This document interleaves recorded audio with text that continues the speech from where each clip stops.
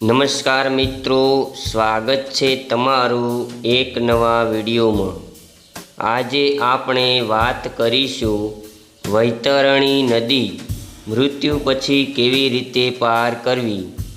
તો ચાલો જાણીએ આપણી હિન્દુ સંસ્કૃતિ પરંપરા અનુસાર તેનું ખૂબ જ મહત્ત્વ છે।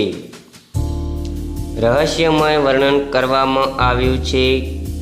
તો ચેનલ પર નવા છો તો ચેનલને લાઈક, શેર અને સબસ્ક્રાઈબ કરવાનું ભૂલતા નહીં। તો ચાલો શરૂ કરીએ। પાપીઓ માટે આ નદી પાર કરવી મુશ્કેલ છે। ખરાબ કામ કરનારા લોકોને જોઈને તેનું પાણી ઉકળવા લાગે છે। પુરાણો અનુસાર પૃથ્વી પર મનુષ્ય દ્વારા કરવામાં આવેલા પાપને કારણે થતી યાતનાઓ આ નદીમાં જોવા મળે છે। મૃત્યુ પછી પાપી આત્માઓ અહીં રડતા રડતા પડી જાય છે અને ભયંકર જીવો કરડે છે। યમલોકના માર્ગે આ નદી પાર કરવી પાપીઓ માટે ખૂબ જ મુશ્કેલ છે। વૈતરણી નદીની અંદર પાણી આત્માઓ બળે છે। નર પક્ષકો, જંતુઓ અને પ્રાણીઓનું માંસ ખાય છે।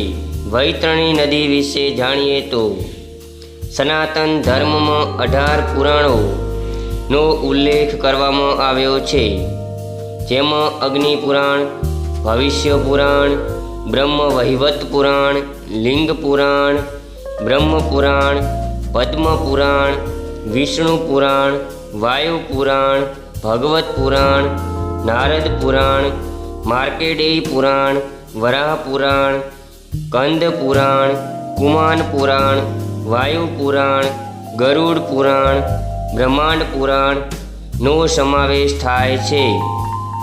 પૌરાણિક માન્યતા અનુસાર બ્રહ્મ પુરાણ સૌથી જૂનું પુરાણ છે।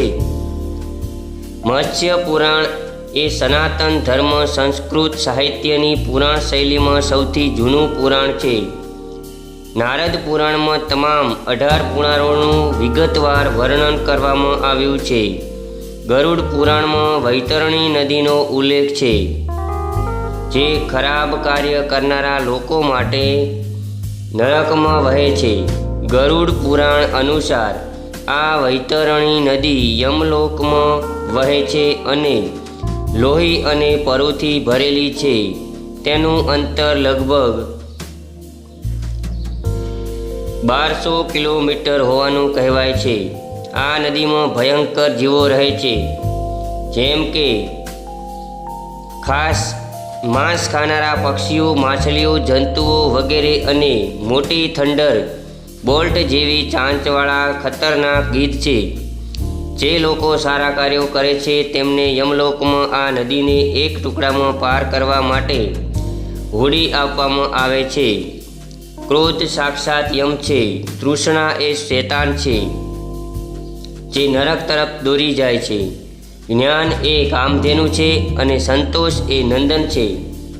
વૈતરણી નદીની ભયંકર યાતનાઓ પુરાણો અનુસાર પૃથ્વી મનુષ્ય દ્વારા કરવામાં આવેલા પાપોના કારણે અતિ યાતનાઓ આ નદીમાં જોવા મળે છે। મૃત્યુ પછી પાપી આત્માઓ અહીં રડતા રડતા પડી જાય છે અને ભયંકર જીવો કરડે છે અને યમલોકના માર્ગે આ નદી પાર કરવી પાપીઓ માટે ખૂબ જ મુશ્કેલ છે।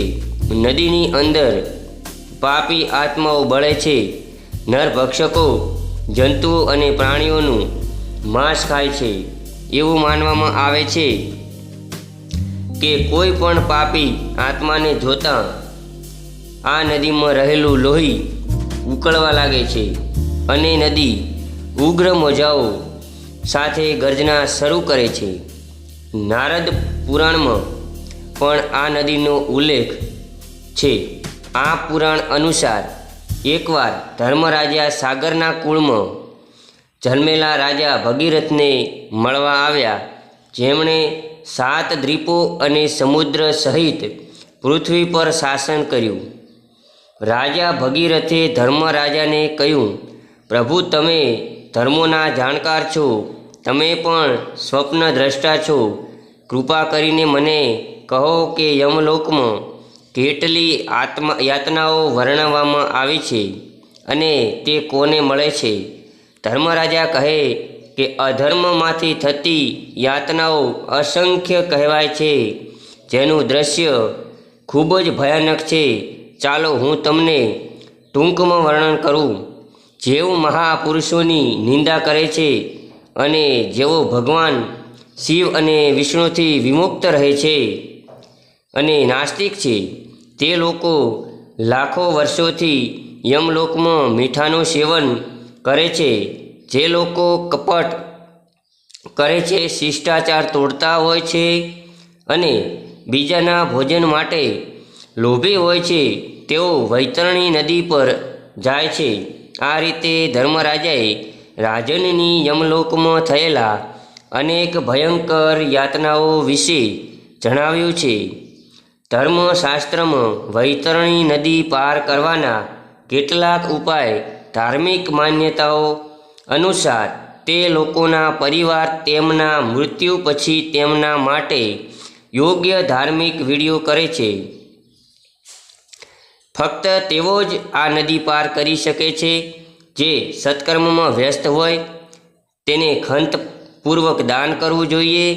જે દાન ભગવાન વિષ્ણુને ભક્તિ અને સમર્પણ સાથે આપવામાં આવે છે.